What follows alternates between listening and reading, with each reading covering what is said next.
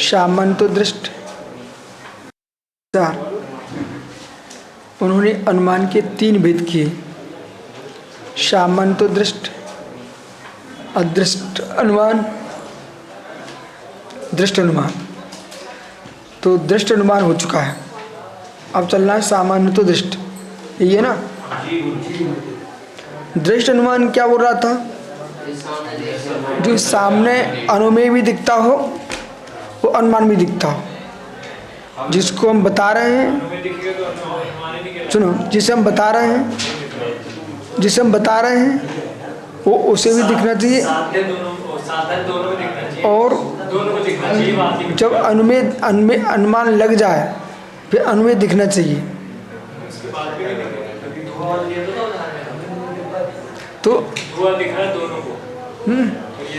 तो जिसको हम समझा रहे हैं उसे भी दिखना चाहिए और मुझे भी दिखना चाहिए।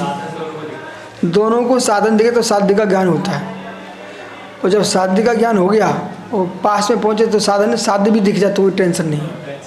समझे कि नहीं? नहीं, अनुमान करने के बाद प्राप्ति करेगा ना, उसकी प्रामाणिकता हो जाएगी। अब वस्तुवाचक अनुमान, दृष्टिवाचक अनुमान, अब तुम थोड़ी बुद्धि लगा दो। वस्तुवाचक अनुमान, दृष्टिवाचक अनुमान, एक ज्ञान रूप अनुमान, एक ज्ञेय रूप अनुमान। समझाऊं क्या? समझ गए? समझा पक्के में? ज्ञान रूप अनुमान, धुएं से अग्नि का ज्ञान कर लिया, आगे बढ़ गए कि अग्नि होना चाहिए, एक ज्ञान रूप अनुमान हो गया। अब मैं अग्नि मात्र जानने के लिए नहीं ले रहा था, मैं भोजन पकाना चाहता हूँ, मुझे भोजन पकाना था और अग्नि की आवश्यकता थी। तो धुओं को देख करके अनुमान किया हमने कि अग्नि है, फिर मैं उसी दिशा में चल दिया तो हमें अनुमेय की प्राप्ति हो गई। तो द्रव वस्तु की प्राप्ति भूत अनुमान, एक सामान्य ज्ञान रूप अनुमान। तो जैसे ये चमक रहा है, चांदी होना चाहिए, तो अनुमान से आपने लगा चांदी है। लेकिन आप शिखर जी गए, तो कोडरमा में अब्रक की खदानें हैं, बिहार झारखंड में अब्रक की खदानें हैं। तो अब्रक दूर से देखो कैसे, आप ना पर्वतों पर सोच जाते थे ना, तो अब्रक कैसे चमकता था। ओ भाई इधर देखो ना, अब्रक चमकता था। अब नागपुर और बालाघाट, गोंदिया के बीच में जो जंगल है वहाँ भोडर है, भोडर एक खनिज है, भोडर ना, वो चमकता है। वो होली वगैरह में लोग छपा देते हैं, सफ़ेद चमकदार है। तो भोडर जो है ना, वो अब्रक का ये ग्रुप है। तो वहाँ पर भी जंगलों में बहुत पड़ा रहता है। अब खासकर मिलता कहाँ पर है? आप बारिश में पानी गिरा और पानी गिरा तो फिर वो सब चीज़ खरीद उभर आते हैं। कितने सारे हीरे बारिश के दिनों में पन्ना में सामान्य रूप से खेतों में मिल जाते हैं। अच्छा, अब विशेष बात सुनो।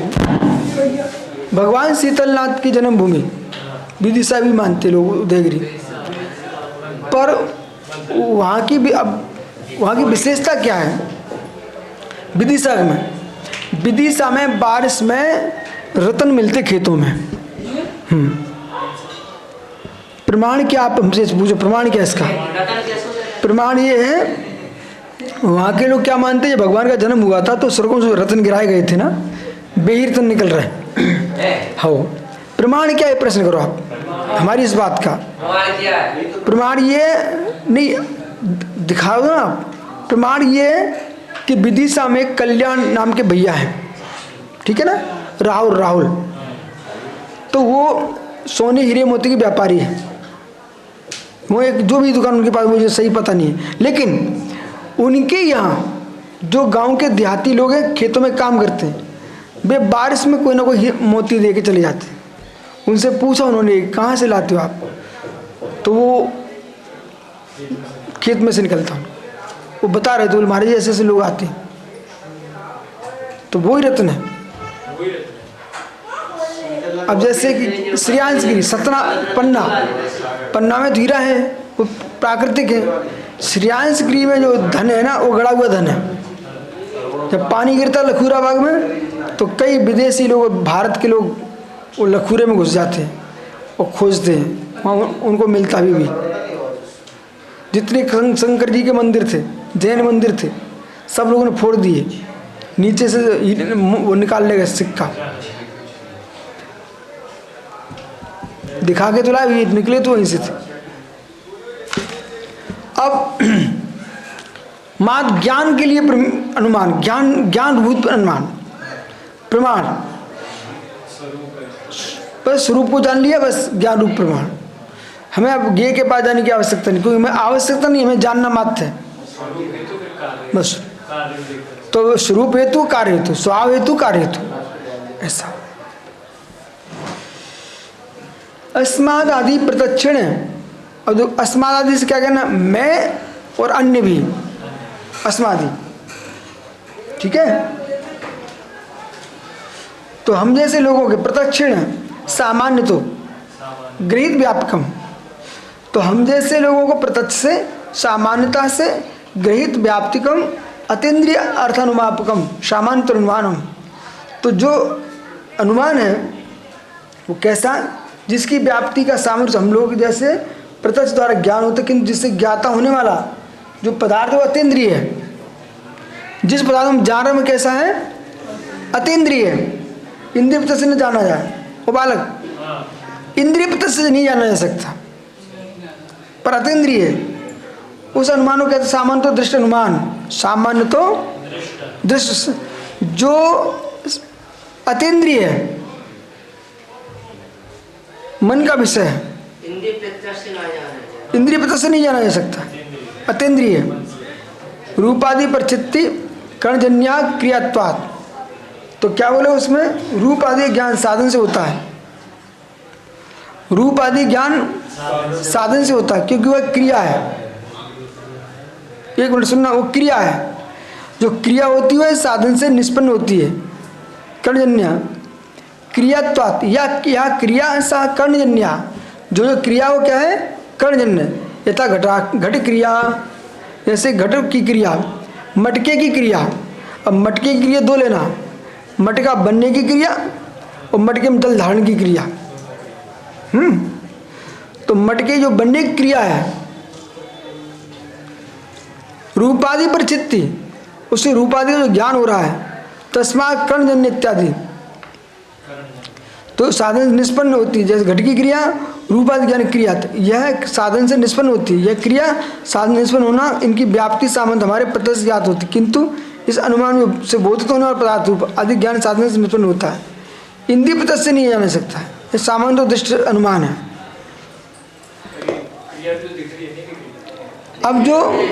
अब सुनो, कौन सी क्रिया नहीं दिख रही, जो चक चल रहा है, चक्का चल रहा है ना, तो चक्का के अंदर जो काम चल रहा है, घट के अंदर अंदर कीले का, वो दिखाई नहीं दे रहा पर काम हो रहा है, अनुमान से जान लिया। हमें चाक घूमते दिखता है, देखो विषय पकड़ना, कहाँ पकड़ना आपको, चाक घूमते दिखता है और मटका बनते दिखता है, पर जिस पर कीला चल रहा है वो दिखाई नहीं दे रहा, वो तो ढका हुआ है। पहले सुनते चलो आप, वो दृष्टांत दे रहे हैं, समझ गए, नीचे एक कीला है।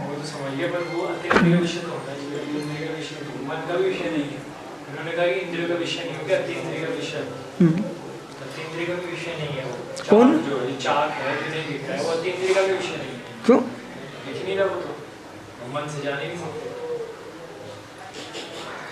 नहीं, सुनो ना, अतीन्द्रिय का विषय है, पर हमने घूमते हुए चाक को देखा, पर जो जिस पर घूम रहा है वो दिखाई नहीं दे रहा हमको, ठीक है, पर जो दिखाई नहीं दे रहा ना, वो अनिंद्रिय का विषय बन रहा है, मन का विषय बन रहा है, अनुमान बना रहा है। अनुमान प्रमाण की परिभाषा क्या है, नहीं तो साधन, तो उसे हम साधन बना रहे हैं ना, किसको, चाक के कीले को,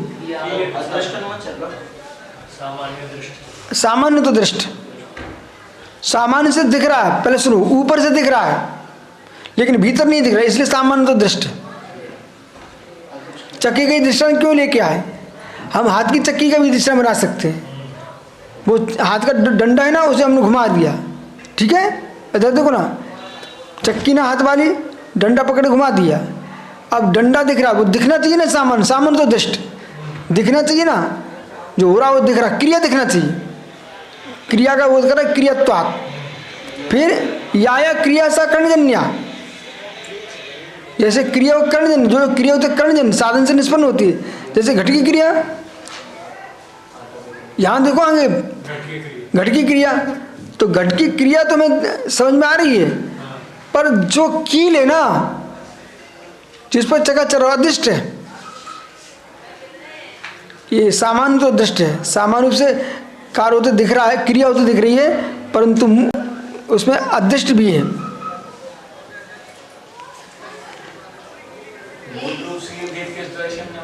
जिसकी व्याप्ति सामान्य रूप से ज्ञान होता है, जैसे लोगों को प्रतिद्वार ज्ञान होता है कि जिसे ज्ञात होने वाला पदार्थ अतीन्द्रिय, पर जो ज्ञात होने वाले पदार्थ है ना वो अतीन्द्रिय है, इंद्रिय से न जाना जाए। वो कील नहीं दिख रही ना आपको, कील दिख ही नहीं सकती आपको, जब तक चक्का चल रहा है उसके ऊपर तब तक तुम कील देख नहीं सकते। वे बहुत ज्ञानी थे आचार्य, ऐसा दृष्टांत लेके आए कि तुम खंडित ना करो। हाथ की चक्की ले, हाथ की चक्की, जब तक चक्की चल रही ना, हम कौन सी कील की बात है, डंडे की बात नहीं कर रहे। चक्की के अंदर दो प्रकार के कीले होते हैं, जो दांतला रहता है जिससे दाल बनाते हैं, उसमें लोहे का कीला रहता है, और जो सामान आटा बनाने की चक्की रहती है, आटा रही, अरे हाथ की आटे पीसने की चक्की, तो उसमें दो प्रकार के कीले रहते हैं, जिससे हम दाल दलते हैं ना, छोटा वाला चक्का रहता है, दांता कहलाता है, दतुला, ठीक है ना। उसके अंदर रहती है क्या, लोहे की कील, वो लोहे की कील पर चलता है। और भाई इधर देखो ना, एक होती है चक्की आटे वाली, उससे तुम मैदा भी बना सकते हो, आटा भी बना सकते हो, दलिया भी बना सकते हो। अब उसी से बनना दलिया, उसी से बनना मैदा, उसी से बनना आटा, तरीका क्या होगा?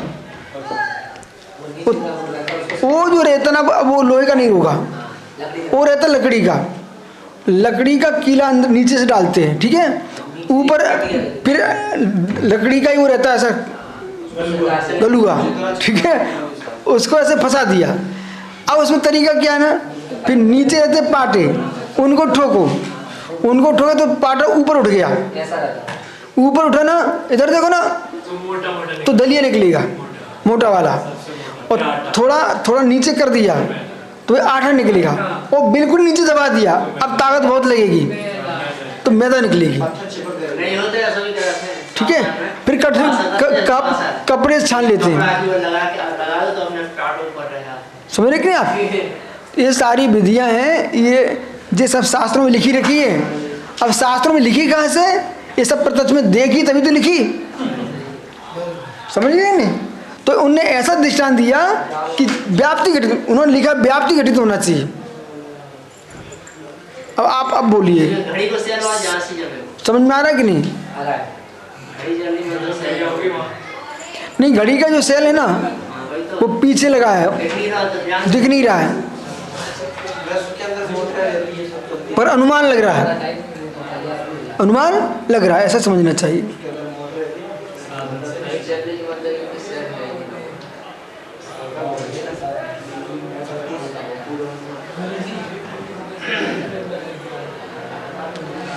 ये हो गया सामान्य तो दृष्ट। क्या हो गया? सामान्य तो दृष्ट। क्रिया रूप में तस्मात् कर्णजन्या इत्यादि। आगमनेव निश्चित व्याप्तिकम, ये क्या हो रहा? आगम से निश्चित व्याप्ति है। बस तीसरा और कर दें? ठीक, कल कर लो, हमारा क्या जाना।